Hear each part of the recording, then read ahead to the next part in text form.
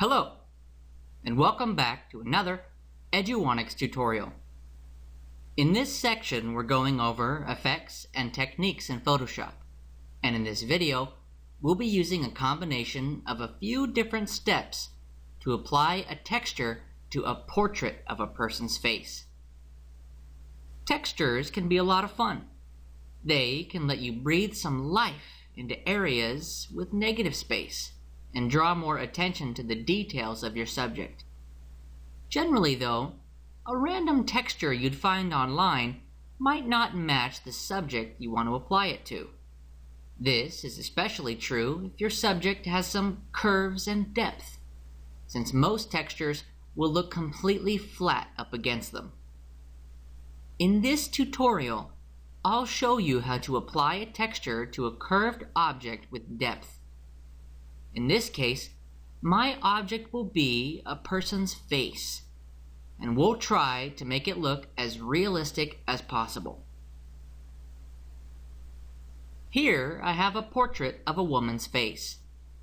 This particular portrait will make it easy for me to apply my texture, since there's so much contrast between the woman's face and the background. This will help me to isolate her face before I apply my texture. My first step will be to select her face. So I'll go to the Tools panel and click my Quick Selection tool. Before I start using it though, I'll go up in the tool options and enable Auto Enhance. Now I'll just start dragging in her face to select it.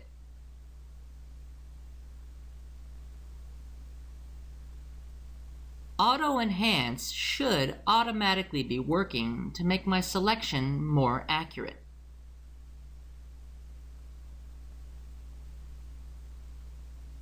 This selection doesn't have to be perfect. I just want to make sure that all of her skin is selected.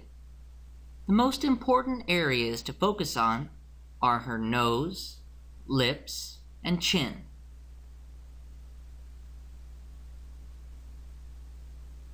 Okay, this selection looks pretty good. I can't use it yet though, so I'll save it for later by going down to the Layers panel, clicking the New Layer button.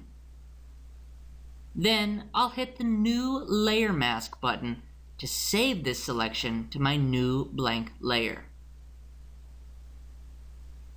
Now, to get my texture, I'll go up to File, Place Linked. Then I'll select my paper texture and click Place. Now my texture is on my canvas, but I can't use it until I commit the Place function. First, I'll press and hold my Shift key, then I'll rotate it counterclockwise. Then I'll move and stretch it till it covers her face and neck. And finally, I'll click the check mark to commit my place.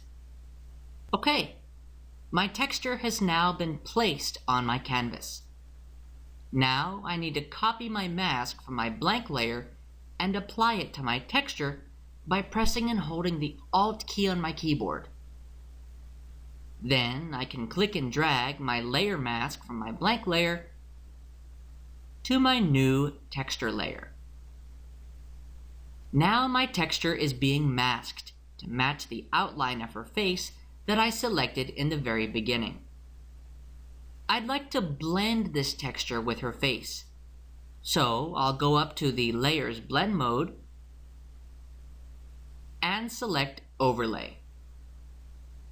Alright, this is a pretty interesting result.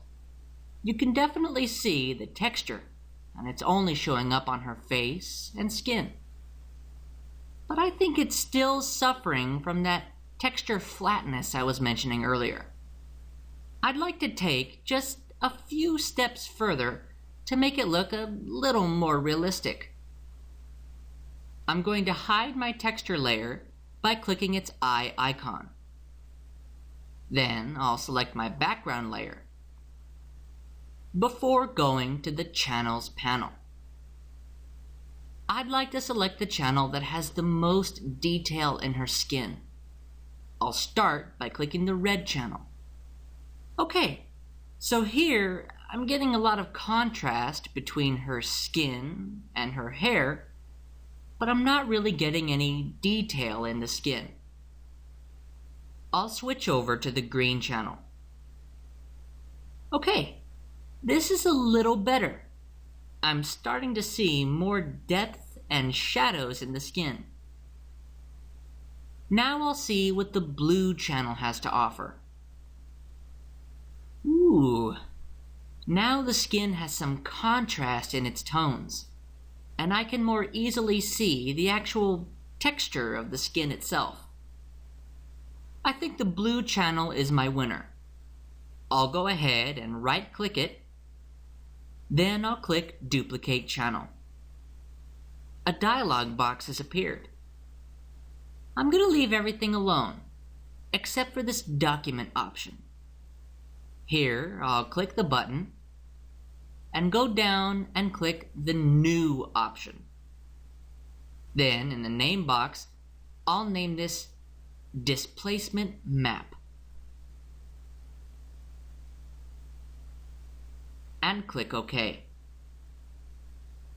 Now to save this channel that I just duplicated, I'll go up to File, Save. I'm going to keep the name Displacement Map and make sure that down here the Alpha Channels option is still checked. Then I'll click Save.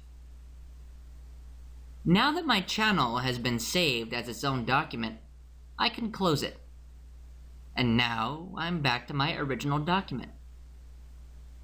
Now in the Channels panel, I'll go up and select RGB to show all my channels. Then I can switch back to my Layers panel. Now I'll show my paper texture again. And then I'll switch its blend mode back to normal. Everything's the same so far. So what did all that channel stuff actually do?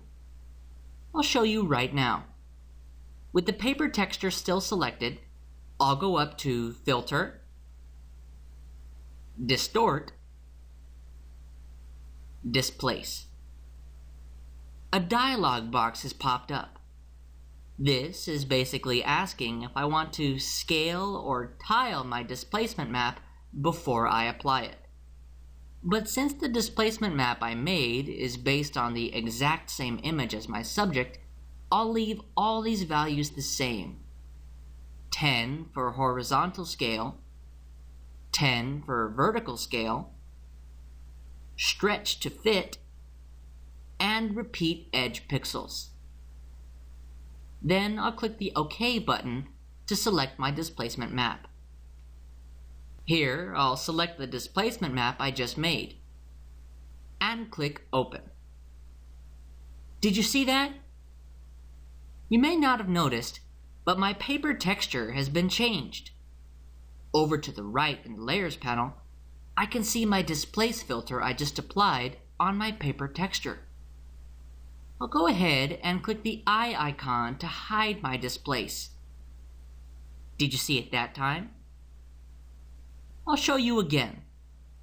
This time, I'll hit the Z key on my keyboard to select the Zoom tool first. Then I'll click twice on my canvas to get a better look at my texture. Now I'll go back to the Layers panel and enable the eye icon next to my displace filter. There it is.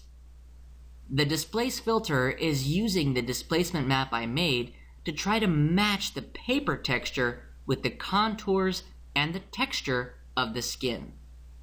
Very cool. I'm going to go ahead and switch this texture's blend mode back to overlay. Now that the texture and the skin are being blended together, I can disable and enable my displace filter to really show you what it's doing. Very cool indeed. I'll zoom back out by pressing and holding the Alt key on my keyboard. Then I'll click twice in the canvas. The texture is looking a little bit better, but I'm not sure if I'm happy with this overlay blend mode. It's giving me the detail of the paper, but it seems to be adding this unpleasant yellowish hue to the shadows on her skin. I'm going to go back to the blend modes, and this time I'll select darker color. Darker color seems to be doing a great job of blending the details of the paper texture, but it doesn't seem to be doing anything to match the colors. That's okay. It's actually exactly what I want. For the final touch, I'm going to try a trick I know for matching colors. I'll go down to the bottom of the Layers panel and select the New Adjustment Layer button. Then I'll make a new black and white adjustment layer. Now this has made my whole image black and white, but I only want it to affect my paper texture. So I'll link it to my paper texture by pressing and holding the Alt key. Then I'll click in the space between my two layers.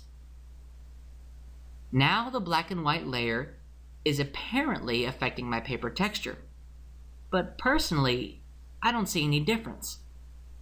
This is probably because the paper texture was black and white to begin with. If I go to my black and white layers options, there's an unchecked box here called Tint. I'm going to go ahead and check this. Now I do see a little bit of difference. My texture has gained a little saturation and is giving me this sort of brownish tint. I want this tint color to match the color of her skin, so I'll need to get a sample of her skin color. I'll go down to my Layers panel and select the background layer that she's on. Then I'll go over to the Tools panel and click the Foreground Color Swatch to bring up the color picker. Then I'll get a sample of her skin color by clicking over here near her jawbone. But before I click OK, I'm going to go down here near the bottom of the picker and highlight this text in this box. These are the letters and numbers that represent my color that I sampled. I'm going to copy these by hitting Ctrl-C on my keyboard. Now I can click OK. Now I'll go up and select my black and white layer again. Then I'll click the brownish box beside my tint option. Then I'll hit Ctrl-V on my keyboard to paste my sampled color. This is replacing the default brownish color. Then I'll click OK.